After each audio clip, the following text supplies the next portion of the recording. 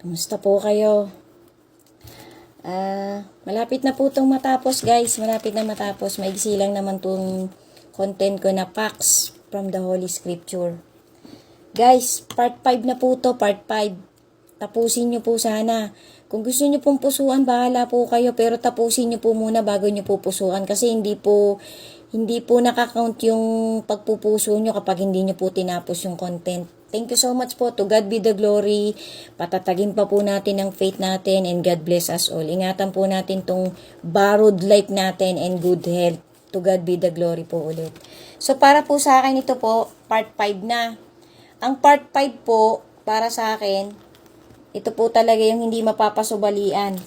Yung pong sa mga lalaki na talagang nasa Holy Scripture, na facts po talaga yan, na napatunayan din po ng science, na ito po ay may dalang good health sa isang lalaki. Yung pong circumcision sa 8 araw ng kanyang pagsilang, ng pag-anak ng isang batang lalaki, inutos na po talaga ng Panginoon yan sa mga Hudyo.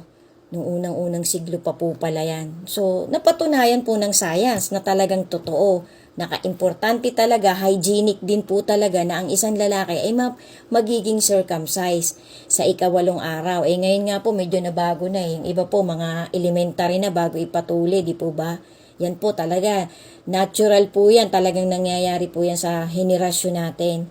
So, talaga po guys na napakabalintuna, napakabaluktot po talaga ng mga taong sinasabi nilang pinaninindigan po ng mga tao ngayon, ng mga unbeliever, itong mga huling generation natin na walang Diyos. Ang pinaniniwalaan po nila yung mga knowledge ng sanlibutan.